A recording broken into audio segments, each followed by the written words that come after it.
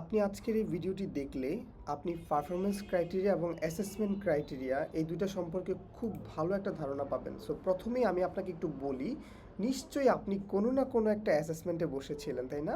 কোনো একটা অ্যাসেসমেন্টে বসেছিলেন।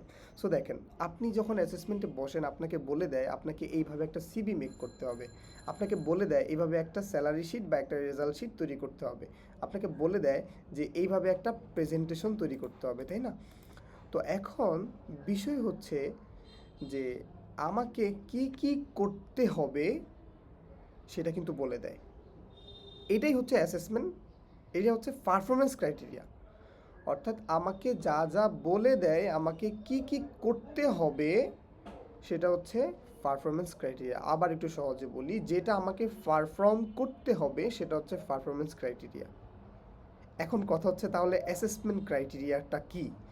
অ্যাসেসমেন্ট ক্রাইটেরিয়া হচ্ছে আপনাকে যা করতে বলা হয়েছে তাই কিন্তু আবার অ্যাসেসমেন্ট ক্রাইটেরিয়া। কিন্তু যখন অ্যাসেসমেন্ট ক্রাইটেরিয়াটা হচ্ছে অ্যাসেসর চেক করে, আর পারফরমেন্স ক্রাইটেরিয়াটা মেনটেন করেন আপনি।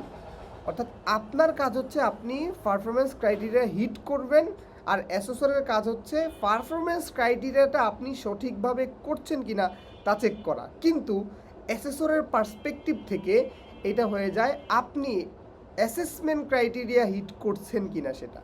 অর্থাৎ আমরা যেটা করি করে দেখাতে হয় সেটা হচ্ছে পারফরমেন্স ক্রাইটেরিয়া, আর অ্যাসেসর মহোদয় বা বিজ্ঞ অ্যাসেসর যেটা চেক করে সেটা হচ্ছে অ্যাসেসমেন্ট ক্রাইটেরিয়া।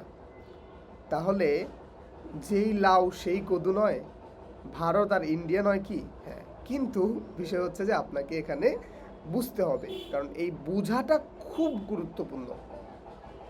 আমি আবার একটু শেষ করে ফেলি। আমরা যখন অ্যাসেসমেন্টে বসি আমাদেরকে বলে দেয় তোমাকে এই এই বিষয়টা করতে হবে। সো এই যে কি কি করতে হবে বলে দেয়, এটা হচ্ছে পারফরমেন্স ক্রাইটেরিয়া। আর এই পারফরমেন্স ক্রাইটেরিয়াটাকে আমি হিট করতে পারতেছি কি না এটা একজন অ্যাসেসর মহোদয় চেক করে। এই যে অ্যাসেসর মহোদয় যা চেক করে তখন এটাকে বলা হয় অ্যাসেসমেন্ট ক্রাইটেরিয়া।